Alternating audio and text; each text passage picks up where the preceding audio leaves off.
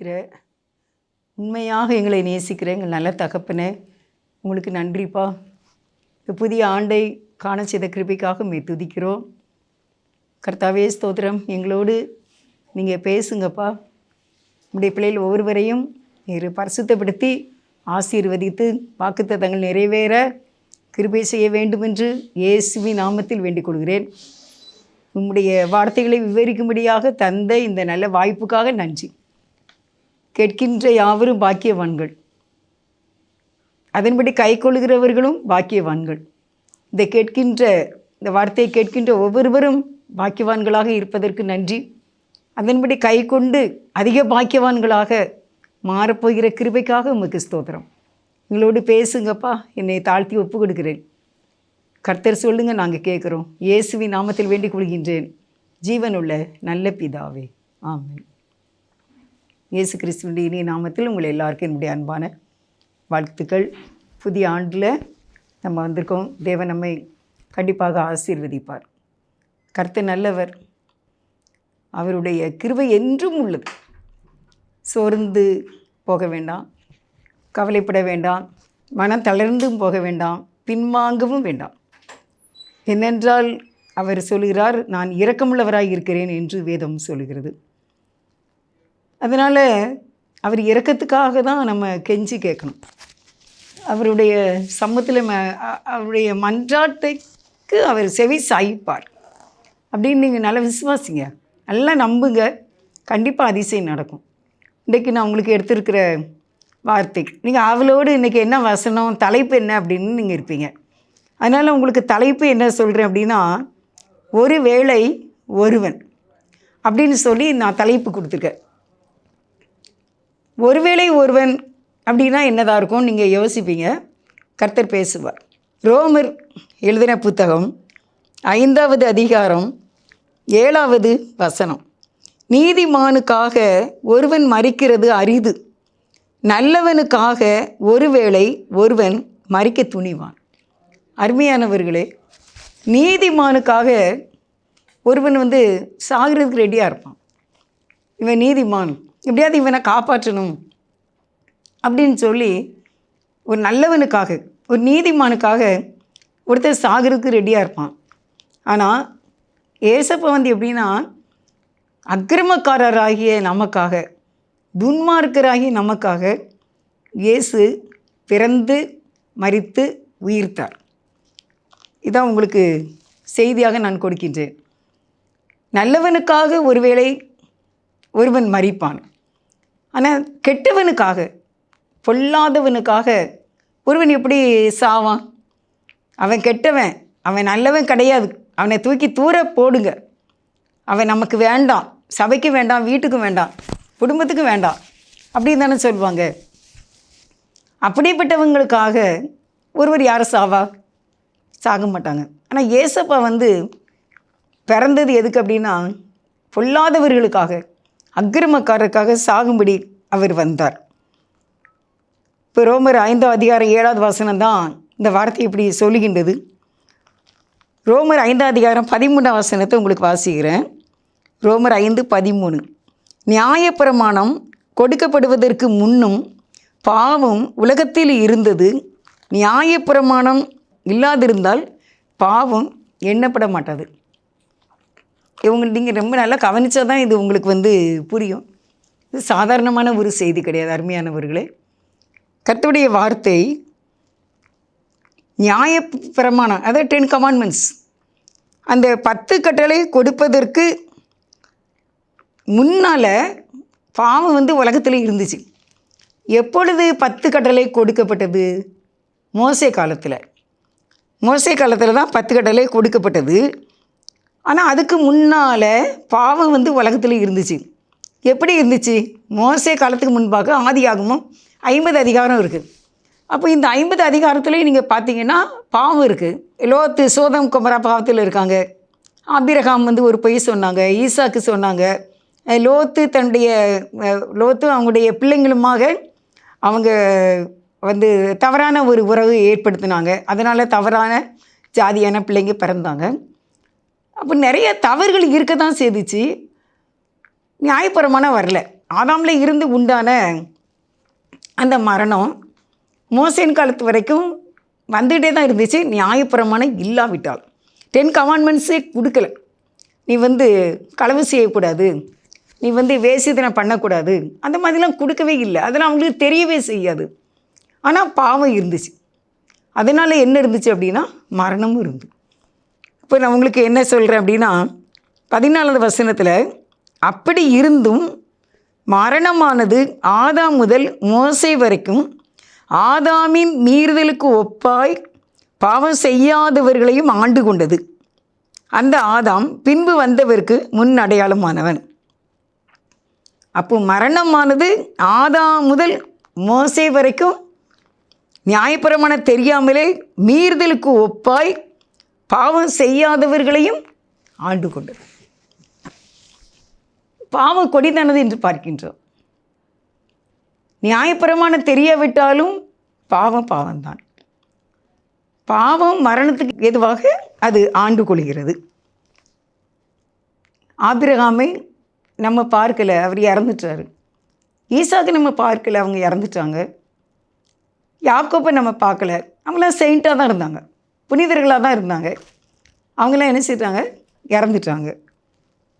இன்னும் அப்படியே எவ்வளோ பேர், எவ்வளோ நீதிமான்கள் இருந்தாங்க, எல்லாருமே என்ன செய்துட்டாங்க? இறந்துட்டாங்க. ஏன்னா ஆதாமுடைய தவறுனால. இப்போ தேவன் இயேசு இந்த உலகத்தில் பிறந்ததுனால இந்த பாவத்தினுடைய பலன், நம்முடைய மீறுதல், தெரிஞ்சிருந்தும் செய்கிறதான பாவங்கள், அக்கிரமங்கள் மன்னிக்கப்பட்டு நம்ம நீதிமான்களாக பரலோக ராஜ்யத்தின் அந்த ராஜ்யத்தினுடைய அந்த உலகத்துக்கு நம்மையும் கர்த்தர் கொண்டு போகும்படிக்கு அவர் பிறந்தார். தேவன் எல்லாரையும் நீதிமான்களாக மாற்ற விரும்பினார். யாருமே பாவத்தினுடைய தண்டனையினால் ஆக்கினை தீர்ப்புக்கு உள்ள ஆகக்கூடாது என்பதற்காக நியாயப்பிரமாணத்தை கையில் கொடுத்தார். அதான் 10 கட்டளை, 10 கமாண்ட்மெண்ட்ஸ். அதை கொடுத்து இதை பார்த்து நீ சரியானபடி வாழ்ந்துக்கோ, அப்படின்னா நீ எப்படி இருப்பேன்னா நீங்கள் நீதிமானாய் மாறிடுவீங்க அப்படின்னு சொல்லி தான் தேவன் மோசே காலத்தில் தான் கொடுக்காங்க. அதுக்கு முன்னால் இந்த 10 கட்டளை இல்லை. அருமையானவர்களே, ரோமர் 5ஆம் அதிகாரம் 16வது வசனத்தை வாசிக்கிறேன். மேலும் ஒருவன் பாவம் செய்ததினால் உண்டான தீர்ப்பு தேவன் அருளும் ஈவுக்கு ஒப்பானதல்ல. அந்த தீர்ப்பு ஒரே குற்றத்தின் நிமித்தம் ஆக்கினைக்கு ஏதுவாய் இருந்தும் கிருபை வரமோ அநேக குற்றங்களை நீக்கி நீதி விளங்கும் தீர்ப்புக்கு ஏதுவாய் இருக்கிறது. இதில் என்ன சொல்ல வரேன் அப்படின்னா, பாவம் செய்ததினால் உண்டான தீர்ப்புன்னா தண்டனை, ஜட்ஜ்மெண்ட். தேவன் அருளும் ஈவுக்கு, ஈவுனா என்ன? கிஃப்ட்டு, பரிசு, இலவசமாக கொடுக்குற அந்த கிஃப்ட்டுக்கு ஒப்பானது அல்ல. பாவம் செய்ததினால் வர்ற தீர்ப்பு, தண்டனை தேவன் கொடுக்கிற மன்னிப்புக்கு ஒப்பானது கிடையாது. அதை இது கம்பேரிசன் பண்ண முடியாத அளவுக்கு தேவன் கொடுக்கிற மன்னிப்பு மிக பெரிது என்பதை உங்களுக்கு நான் சொல்லிக்கொண்டு இருக்கின்றேன். அதை நினைக்கும் போது ரொம்ப சந்தோஷமாக இருக்கும். களவு செய்தவன் அந்த களவு செய்தவனுடைய பொருளை திருப்பி கொடுக்க வேண்டும். இதான் நியாயப்பிரமாணம். தேவனிடத்தில் விரோதமாய் தவறு செய்தவன் தேவனிடத்தில் மன்னிப்பு கேட்கும்போது அவன் தண்டனையில் இருந்து விடுவிக்கப்படுகின்றான். எந்த பாவம் செய்தாலும் தேவனிடத்தில் மன்னிப்பு என்ற அந்த ஒரே ஒரு வார்த்தையை நாம் ஆண்டவரிடத்தில் கொண்டு போகும்போது அவர் மன்னிக்கின்றார். அந்த மன்னிப்பு பாவத்தினால் கிடைக்கிற தண்டனைக்கு ஒப்பானது அல்ல. அதை தான் நான் உங்களுக்கு மெயினாக அந்த மெசேஜ். அப்படியானால் நமக்கு என்ன இருக்கும் அப்படின்னு நீங்கள் நினைக்கிங்க? ஏசப்பா மேலே அளவு கடங்காத ஒரு அன்பு நமக்கு வரும். அந்த அன்பு தான் நம்மளை வாழ வைக்கக்கூடியது. அந்த நன்றி தான், ஏசப்பா நான் என்னுடைய இவ்வளவு பெரியதான பாவங்கள், அக்கிரமங்களுக்கு நீங்கள் எனக்கு தந்திருக்கிற மன்னிப்பு, அது கிஃப்ட்டு இவ்வளோ பெருசா அப்படின்னு நீங்கள் நினச்சி பாருங்கள். ரொம்ப நம்ம தேவனுக்கு நன்றி சொல்லணும். ஒருத்தங்க அவங்க சாட்சியை கேட்டேன். அவங்க நிறைய தவறு செய்திருந்தாங்களாமா வாலிப வயசில் எல்லாமே அப்படி. ஆனால் தேவன் ஒரு நாள் அவங்கள சந்திச்சிருக்காரு, ரட்சித்திருக்காரு. ஒரு கூட்டத்தில், ஒரு சபையில் தான் தேவனுடைய வார்த்தையை அவங்க கேட்டிருக்காங்க. கேட்கும்போது ஏசப்பா அவங்கள ரட்சித்துட்டாங்க. ரட்சித்திருக்கும்போது தேவன் நீ இப்படிலாம் பாவம் பண்ணியிருக்க, நீ சிறு பிள்ளையிலேயே நிறைய தவறுகள்லாம் நீ செய்திருக்க, நீ பெரிய பாவி தெரியுமா, உன்னுடைய பாவங்களை எல்லாம் உனக்கு நான் காட்டுறேன் அப்படின்னு சொல்லிட்டு தேவன் அவங்களுடைய பாவங்களை எல்லாம் வெளிப்படுத்தினார். அப்போ அவங்க சொன்னாங்களா, இவ்வளோ தவறு நான் செய்திருக்கேன், நானே மறந்துட்டேன், எங்கள் வீட்டில் யாருக்குமே தெரியாது, எங்கள் அம்மாவுக்கு தெரியாது, எங்கள் அண்ணனுக்கு தெரியாது, எங்கள் அக்காவுக்கு தெரியாது, என் ஃப்ரெண்ட்ஸுக்கு கூட தெரியாத, யாருக்குமே நீங்கள் இதை சொல்லி காட்டலையே, என்ன ஒரு அன்பான ஒரு ஏசப்பா அப்படின்ட்டு அவங்க நினச்சாங்களாம்.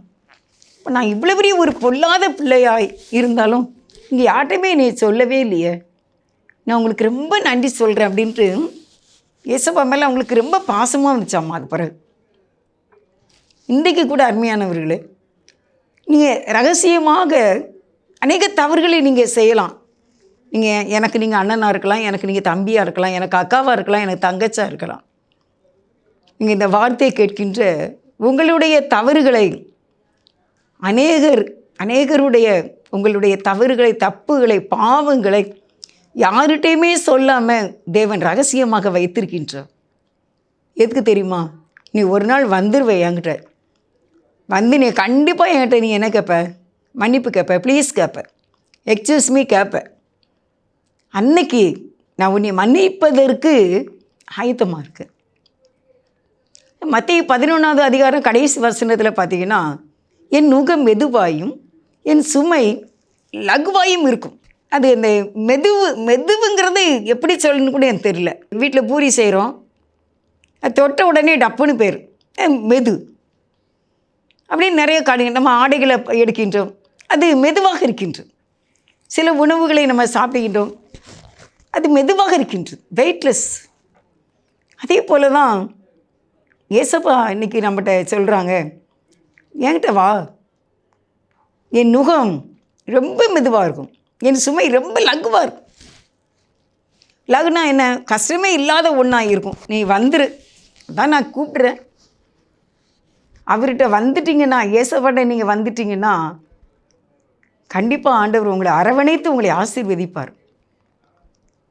இந்த செய்தியை நான் தலைப்பு எப்படி எடுக்கணும்னு நினச்சேன்னா, பொது மக்களுக்கு ஒரு நற்செய்தி அப்படின்னு தான் நினச்சிருந்தேன்.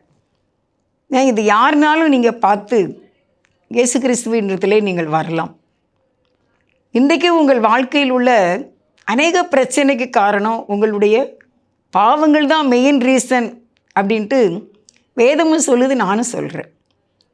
நான் ஏசாயாவில் சொல்கிறார், என் கை குறுகிட்டோ, என் செவி மந்தமாகிட்டோ, உங்களுடைய தவறுகள் தான் உங்களுக்கு எனக்கும் நடுவாக இருக்குது அப்படின்னு சொல்லி ஆண்டவர் சொல்கிறார். நான் உங்களுக்கு நன்மையை தரும்படிக்கு, உங்களை சுகமாக்கும்படிக்கு, உங்களை ஆசீர்வதிக்கும்படிக்கு, உங்களுக்கு சமாதானத்தை கொடுக்கும்படிக்கு, அப்படி அள்ளி கொடுக்கறதுக்கு என் கை என்ன செய்யலை, குறுகலை. நான் வானத்தை என்ன செய்வேன், ஜான் போட்டு அளந்துருவேன் அப்படிங்கிற ஆண்டவர். எப்படி பார்த்தீங்களா? வானத்தை ஜான் போட்டு அளந்துருவாங்களாம். நம்ம ஒரு 6 மூளை நீள சேலையை கஷ்டப்பட்டு மடிக்க வேண்டியது இருக்குது. ஃபேன் போட்டால் மடிக்க முடியாது, இல்லைன்னா 2 பேர் வேணும். எங்கள் அம்மா வீட்டிலலாம் நான் எங்கள் அக்கா பிள்ளைகளை துணைக்கு கூப்பிடுவேன் ஒரு சேலையை மடிக்கிறதுக்கு.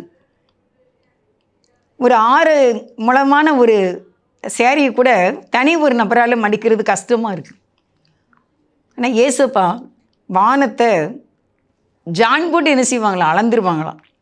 அவ்வளோ பெரிய சக்தி உள்ளவருக்கு நம்முடைய பிரச்சனைகள் எம்மாத்திரம் ரொம்ப லேசு தான், ரொம்ப லேசு. நீங்கள் அனுபவித்து பாருங்கள். நிறையா சில காரியங்களை நினைக்க தான் செய்வேன் பார்த்துக்கோங்க, ஆனால் அது நடந்துடும். அப்போ நினைப்பேன், ஆண்டவர் நான் உடனே தேங்க்ஸ் பண்ணியிருக்க மாட்டேன். அப்புறம் நினைப்பேன், ஆகா இதை நம்ம நினைக்க தானே செய்தோம், அதுக்குள்ளே இது நடந்துட்டு. அப்போ நீங்கள் இதை கூட நீங்கள் கேட்டுக்கிட்டு இருந்தீங்களா? நான் நினச்சதை கூட நீங்கள் பார்த்துக்கிட்டு இருந்தீங்களாப்பா? அப்போ கிறிஸ்துவனுடைய அந்த நெருக்கத்தை நான் உணரும்போது எனக்கு தனித்து ஆண்டவரோடு பேசணும் போல இருக்கும். அவருடைய கிருபையினால் இப்போ இந்த மெசேஜ் ரெக்கார்டிங்க்கு நான் வர்றதுக்கு முன்னால் கூட எனக்கு கொஞ்சம் தனித்து ப்ரேயர் பண்ணன்னு போல இருந்துச்சு. ஏன்னா அதுதான் ஒரு இன்பமான வாழ்க்கையாக இருக்குது இந்த உலகத்தில். எனக்கு 60 வயசுக்கு மேலே ஆயிட்டு இவ்வளோ காலம் எவ்வளோ நண்பர்களோடு வாழ்ந்திருக்கோம், நம்முடைய ஃப்ரெண்ட்ஸோடு வாழ்ந்திருக்கோம், பெற்றோரோடு கணவனோடு வாழ்ந்திருக்கோம், பிள்ளைகளோடு மருமக்கள் பேரம்பத்தி எல்லாரோடு வாழ்கிறோம். தனித்து கிறிஸ்துவோடு உள்ள அந்த நெருங்கின ஒரு ஐக்கியம் அப்படின்னு வரும் தெரியுமா? இருதயத்தில் இருந்து வாயை திறக்காமல் ஆண்டவர்கிட்ட நம்ம பேச ஆரம்பிப்போம்ல, அது எப்படி இருக்கும் அப்படின்னா ரொம்ப இனிமையாக இருக்கும். மனசில் விட ஒரு மாதிரி சில நெருடல் நமக்கு இருக்கலாம். ஏதோ ஒரு பயம், இல்லாட்டா ஏதாவது ஒரு கவலை, ஏதாட்டும் ஒரு கவலை அப்படி இருக்கிறது கூட இந்த மாதிரி தனித்து கிறிஸ்துவோடு ஒரு ஐக்கியம் அப்படின்னு போகும்போது அது ஆண்டவர் எடுத்துடுறாரு. எடுத்துட்டு நான் தனியாக அந்த ப்ரேயர் ஹாலில் உட்காந்து ப்ரேயர் பண்ணேன். அப்படியே கிருபையினால் உங்களுக்காக தான். கர்த்தர் இந்த வார்த்தை கேட்கின்ற யாவரும் பாக்கியவான்களாக இருக்கணும், இதை கை கொள்ளணும் அப்படின்ட்டு அந்த ப்ரேயர் அறையை விட்டு வெளியே வரும்போது நான் ரொம்ப சந்தோஷமாக வந்தேன் வெளியே. ஆனால் போகும்போது ஒரு நெருடலோடு தான் போனேன், கவலையோட. எதுக்குன்னு தெரியல, நல்லா இல்லை மனசுக்கு. ஆனால் நான் தனித்து அப்பாட்ட உட்காந்து பேசினேன். அந்த ஐக்கியத்தை நான் உணர்ந்தேன். தேவன் கூட இருக்கிற ஐக்கியத்தை உணர்ந்த உடனே அதை விட்டு நான் எழுந்திருக்கும்போது சந்தோஷமாக இருந்தது. அப்போ இந்த உறவை நீங்கள் பெற்றுக்கொள்ள வேண்டும். நீங்கள் பல வழிகளை தேடுகிறீர்கள், பல வழிகளை தேடி பார்க்கிறீர்கள், பல வழிகளிலே சந்தோஷத்தை அனுபவிச்சிடலாம், இதில் நம்ம முன்னேறிடலாம், இதில் பணம் சம்பாதிச்சிடலாம், இதில் கடன் அடைச்சிடலாம், இதிலிருந்து இது எப்படியாவது இதிலேருந்து நம்ம வெளியே வந்துடலாம் அப்படிலாம் நீங்கள் நினைக்கிறீங்க. தவறு. கிறிஸ்து தான், இயேசுவோடு உள்ள ஐக்கியம். ஏனென்றால் ஆதாம் செய்த பாவத்தை நிமித்தமாக எல்லாரும் பாவத்துக்குள்ளானார்கள். அதான் ஜென்ம பாவம். அந்த பாவத்திலிருந்து நம்மை தூக்கி நம்ம செய்கிற கர்ம பாவம் தான் நம்ம செய்கிற பாவம். இந்த பாவங்களை கிருபையாக தண்டிக்காமல் மன்னித்து விடுதலையாக்கி இன்னொரு உலகம் இருக்குது, பரலோக ராஜ்யம். அதற்கு நம்ம போவதற்கு நமக்கு தகுதிப்படுத்தக்கூடிய அந்த வல்லமை இயேசுவுக்கு இருக்குது. அப்போது அந்த ஆதாம் செய்த பாவத்தினாலும் நம்ம செய்கிற பாவத்தினாலும் வருகிற தண்டனையை விட தேவனுடைய மன்னிப்பு பெரிது. அதுக்கும் இதுக்கும் என்னல்ல, ஒப்பாக முடியாது.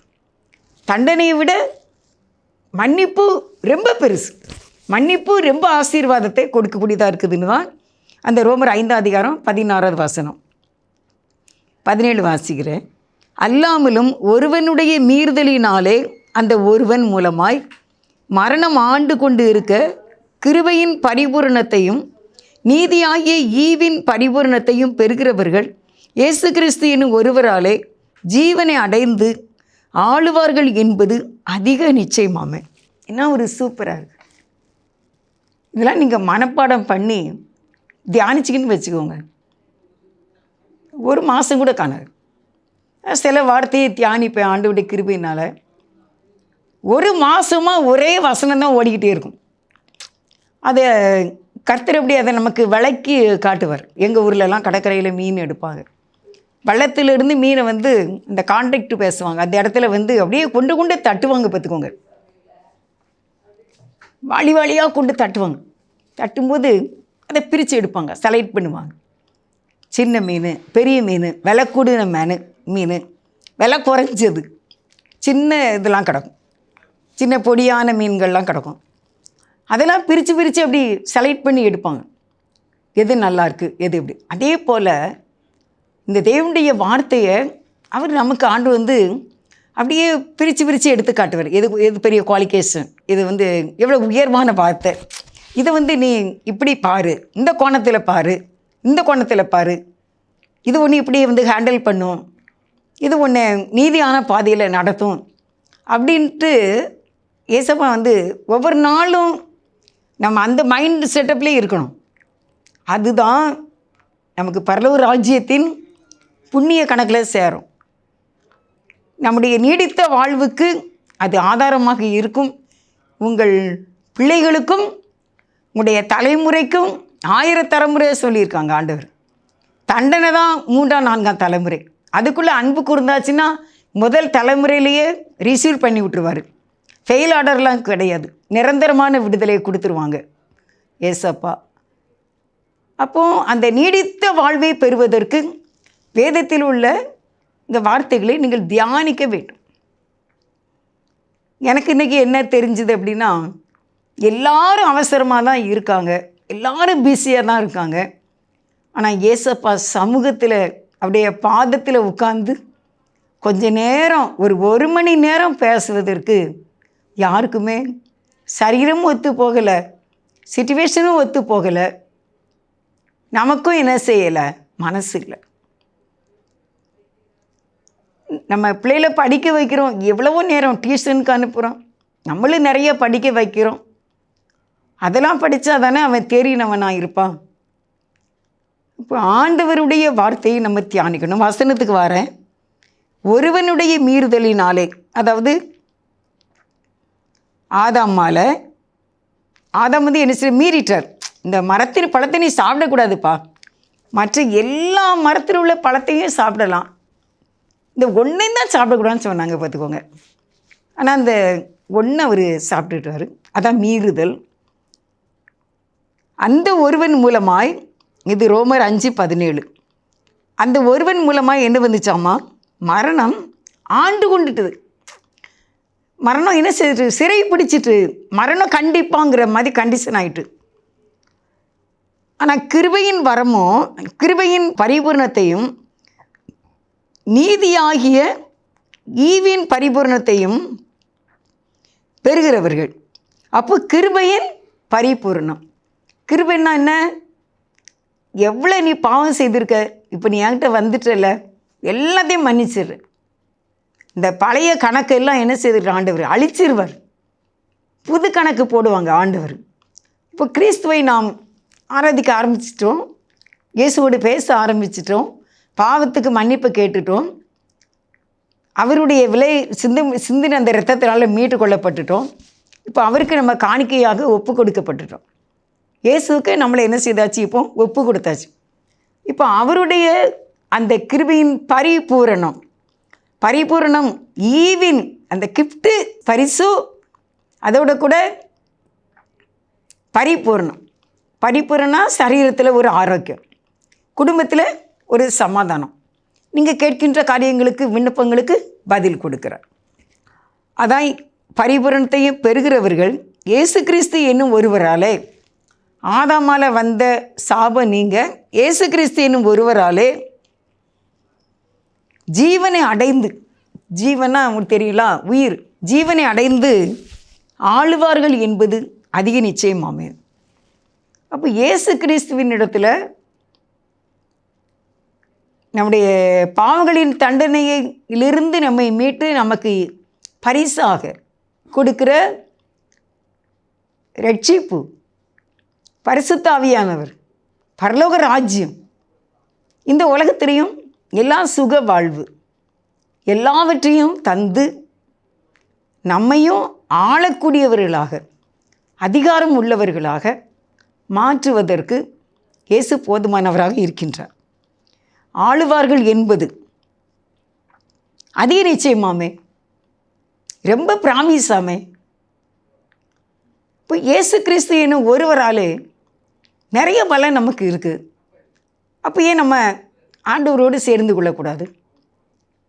ஒரு கம்பெனியில் வேலை பார்க்காங்க, அதில் இன்னொரு கம்பெனிக்கு அவங்க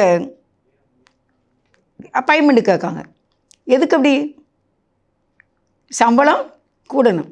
எனக்கு தெரியும் ஒரு பையன் ஃபஸ்ட்டு ஜாயிண்டில் 700 ரூபாய், இது ரொம்ப காலம் 40 வருஷத்துக்கு முன்னால் நடந்தது சொல்கிறேன். 700 ரூபாய்க்கு வேலைக்கு போனாங்க. ஆனால் ஒவ்வொரு கம்பெனியும் அவங்களுடைய ப்ராக்டிஸ் அப்படியே மாறி ஒவ்வொரு எக்ஸாம் எழுதி கடைசியில் லட்சக்கணக்கான வருமானம், மாத வருமானமே லட்சக்கணக்கில் வாங்கக்கூடிய அளவுக்கும் நல்ல பெரிய ஹை ப்ரமோஷனில் உயர்ந்த அதிகாரியாக நியமிக்கப்படுகின்றார். அவர் ப்ரமோஷன் ஆகிறார். அதே போல தான் கிறிஸ்துவோடு கூட இந்த நெருங்கிய ஐக்கியத்துக்குள்ளே வாழும்போது அந்த ஈவின் பரிபூரணத்தை பெற்று அவர்கள் ஆளுவார்கள் என்பது அதிக நிச்சயமாமே என்று வேதம் சொல்லுகிறது. அருமையானவர்களே, இன்றைக்கி இந்த ஆண்டவர்கிட்ட நீங்கள் அமர்ந்து இருக்கணும். அடுத்த ஒரு வசனம் 18 வசனம் வாசிக்கிற 5:18 ரோமர். ஆகையால் ஒரே மீறுதலினாலே எல்லா மனுஷருக்கும் ஆக்கினைக்கு ஏதுவான தீர்ப்பு உண்டானது போல ஒரே நீதியினாலே எல்லா மனுஷருக்கும் ஜீவனை அளிக்கும் நீதிக்கு ஏதுவான தீர்ப்பு உண்டாயிற்று. ஒரே மீறுதலினால் எல்லா மனுஷருக்கும் ஆக்கினைக்கு ஏதுவான தீர்ப்பு உண்டானது போல ஒரே நீதியினால், யாருடையது? கிறிஸ்து. இயேசு கிறிஸ்துவினுடைய பிறப்பு, மரணம், உயிர்த்தெழுதல், இன்றைக்கு பிதாவின் வலது பாரசத்தில் வேண்டுகிற ஜபம், எல்லா மனுஷருக்கும் ஜீவனை அளிக்கும் தீர்ப்புக்கு, நீதிக்கு ஏதுவான தீர்ப்பு உண்டாயிற்று. அந்த தீர்ப்பு, ஆதாம்னால் வந்த தீர்ப்பு தள்ளுபடி ஆகின்றது.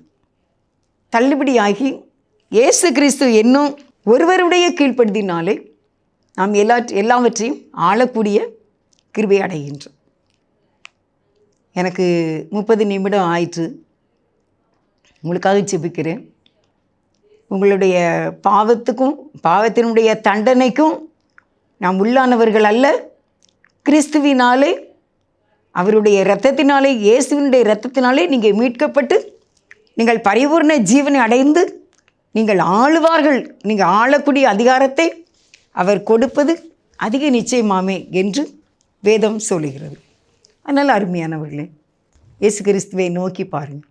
ஒருவேளை ஒருவன் நல்லவனுக்காக மரிக்கலாம், நீதிமானுக்காக மரிக்கலாம். ஆனால் இயேசு பாவியாக தண்டனைக்குள்ளான மரணம் ஆண்டு கொண்டு இருந்த நம்மை மன்னித்து அதினின்று விடுதலையாக்கி நம்மை ஆசீர்வதிக்கிறார் என்றுதான் இன்றைக்கு நான் உங்களுக்கு சொல்கிற நற்செய்தி. இயேசுவே, நீங்கள் எனக்கு வேணும், நீங்கள் எனக்கு வேணும், என் குடும்பத்துக்கு வேணும், எங்கள் தலைமுறைக்கு வேணும், நாங்கள் நித்திய ஜீவனை அடைந்து ஆளுவார்கள் என்கின்ற அந்த ஆசீர்வாதத்தை எங்களுக்கு தந்துள்ளும் என்று நீங்கள் கேளுங்க. அமைதியாக இருந்து இந்த செய்தியை கேளுங்க, நிதானமாக கேளுங்க. இதனுடைய பரிபூரணத்தை நீங்கள் பெற்றுக்கொள்வீர்கள்.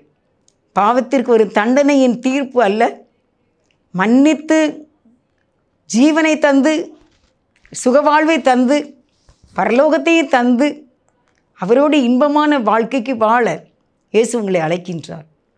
அவர் சுமை லகுவாயும் அவர் நுக மெதுவாயும் அவர் சுமை லகுவாயும் இருக்கும். எங்களை அதிகமாய் நேசிக்கிற இயேசுவே, உங்களுக்கு நன்றிப்பா. எங்களை தாழ்த்துகிறோம். எங்களுக்கு நித்திய ஜீவனை அளிப்பேன் என்று நீர் வாக்கு கொடுத்திருக்கிறீர். இப்பொழுது உடைய பிள்ளைகள் எந்த ஒரு பாவத்து நிமித்தம் தண்டனையில் இருந்தாலும் நீர் உடைய இரத்தத்தினால் அவர்களை மன்னித்து இந்த தண்டனையில் இருந்து நீங்கள் விடுதலையை தந்து ஒவ்வொரு குடும்பத்துக்கும் நல்ல பரிபூர்ண சுகம், பலன், தீர்க்க ஆயுசு, நல்ல சமாதானம் தந்து ஆசீர்வதித்து பாவம் இல்லாத, பாவம் செய்யாத ஒரு வாழ்க்கையை தந்து நீங்கள் ஆசீர்வதிக்கணும். வீட்டுக்குள்ளே யாரும் கெட்ட வார்த்தைகள் பேசக்கூடாது, குடிவெறி இருக்கக்கூடாது, விபசாரம் இருக்கக்கூடாது, கள்ளத்தனமான உறவுகள் இருக்கக்கூடாது. எல்லாரும் உண்மையாக இருக்க வேண்டும். வீட்டுக்குள்ளே ரட்சிப்பு இருக்க வேண்டும், சமாதானம் இருக்க வேண்டும், ஆசீர்வதிக்கப்பட வேண்டும். எல்லாரும் ஆலயத்துக்கு செல்ல வேண்டும், பைபிள் படிக்க வேண்டும், ஜெபிக்க வேண்டும், தான தர்மங்களை செய்ய வேண்டும், கர்த்தருக்கு காணிக்கை கொடுக்க வேண்டும். அப்பொழுது நீர் எங்களை ஆசீர்வதிக்கிற தேவனாய் இருப்பதற்காக ஸ்தோத்திரம். தாழ்த்தி அர்ப்பணிக்கிறோம். எங்களை ஆசீர்வதியும். இயேசுவின் நாமத்தில் வேண்டிக் கொள்கின்றேன், ஜீவனுள்ள நல்ல பிதாவே. ஆமென். God bless you.